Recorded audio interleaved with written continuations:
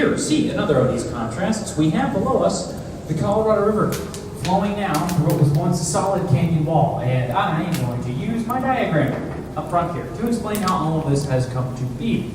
You can think of the construction of the Hoover Dam as having occurred in three main parts.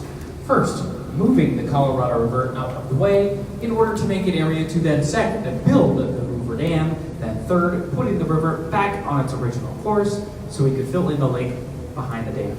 So that first step, if you are going to move the Colorado River,